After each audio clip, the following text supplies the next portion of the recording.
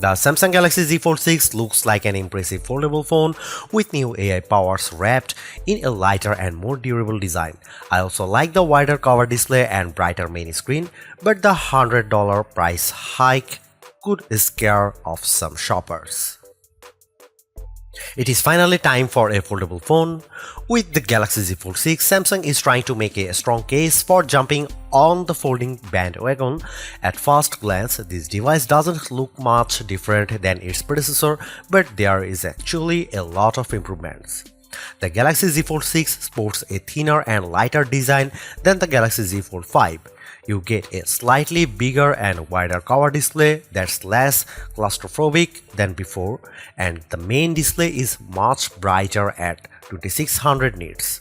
Samsung is also touting the durability improvements of the Galaxy Z Fold 6, including more robust foldable glass layers, as lots of people are afraid of foldable phones breaking. Generally speaking, I am getting bored of phones with iterative upgrades from one generation to the next, but Samsung makes mostly the right moves with the Galaxy Z Fold 6. I appreciate the thinner and lighter design, the wider cover display and brighter main 7.6-inch screen.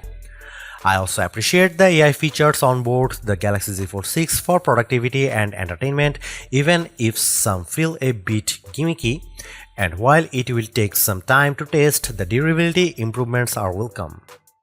What I don't like is that Samsung hiked the price on the Z Fold 6 by $100.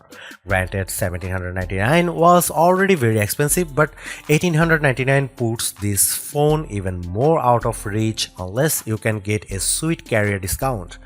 I would also like Samsung to bundle an S Pen Plus case combo and include faster charging. Stay tuned for my fully rated Galaxy Z Fold 6 review.